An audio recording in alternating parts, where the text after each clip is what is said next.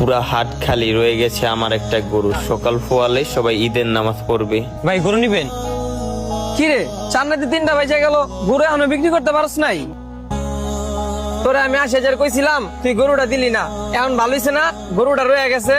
ভাই এখন কি আপনি গরু নিবেন? না না, এখন তো আমি গরু নিমু না।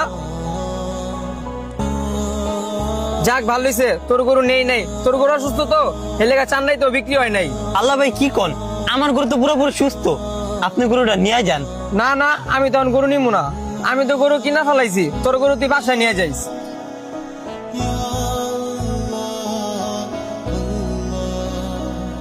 এই কত বেচবি ক? ভাই আমি তো চাইতেছি 1,10,000 টাকা। এই একটা গরু আনছি, গরুটা বেচতে পারি নাই। আপনি নিয়ে যান, 1,00,000 টাকা দিন। হাটের কি অবস্থা দেখছস তুই?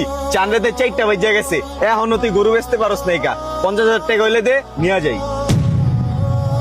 ভাই এটা আপনি কি কইলেন? আপনি একটু গরুটার দিকে তাকান তো। ভাই আমি ব্যাপারই না, আমি গৃহস্থ। আমি নিজে একটা গরু শখ করে পালছিলাম। এই একটা গরু হাটে নিয়ে এসেছি, কিন্তু ভাই গরুটা বিক্রি হয় নাই। বিক্রি হয়ে যেত, এক বেটা 1,05,000 টাকা আমার কইছিল, কিন্তু আমি দিই নাই কা ভাই। আপনি একটু বাজার দামটা যাচাই বাছাই করেন, তাইলে তো ভাই দাম আহে 90,000 টাকা। আপনি তো তার অর্ধ কত করেননি কা ভাই। আর রাখো মিয়া তোমার 90,000 টাকা। এখন যদি গরু না বেচতে পারো, পরে কার কাছে বেচবা? হাটে কোনো লোকজন আছে, কোনো খরিদ্দার আছে? একটু পরে ফজর আজান দিব, মানুষ ঈদের নামাজে যাইব। আরে মাথায় হাত দিও না। বাড়ি কই তোমার? সিরাজগঞ্জ ভাই। সিরাজগঞ্জ? বাবা রে বাবা, এই বাংলাদেশের এক কোনায় বাড়িতে যে লয়ে যাবা, গাড়ি ভাড়াই তো লাগবো 10,000 টাকা। আর ঈদের দিন সকালবেলা গাড়ি কি পাইবি? ভাই আপনার 20,000 টাকা বাড়ায় দিয়ে। 1 টাকাও বাড়িতে পারবো না। দিবি নাকি দিবি না?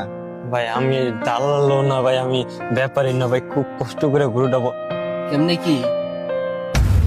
এই ভাই রাহেন, আমগুলো কথা হয়ে গেছে। আপনি অন্য গরু আছে, অন্য গরু দেখেন। এই তুই কি দিবি? ভাই গরু আপনি নিয়েন, আমি গরু নিতে আহি নাই। আমি ওই জায়গায় দাঁড়াইয়া এতক্ষণ আপনাকে এই ঘটনাটা দেখছি। কোরবানির লেগে তো গরু নিবেন, বেডারে ঠকাইয়া ভাবতাছেন আপনি জিতে যাইবেন। আরে ভাই বাজারে শেষ সময়, দেখতাছেন না বেটা গরু বিক্রি করতে পারতাছে না। হ্যাঁ কম দামে বিক্রি করবো, আমি নিয়ে নিমু। ভাই একটা কথা মনে রাখবেন, আমি তো এখানে দাঁড়াইছিলাম, আমি বুঝতে পারছি আপনি কি চাচ্ছেন। কোরবানির হাটে একটা অসহায় মানুষকে পেয়ে তাকে ঠকিয়ে গরু নিয়ে যাওয়াটা, এটাকে আসল জিতা বলে না।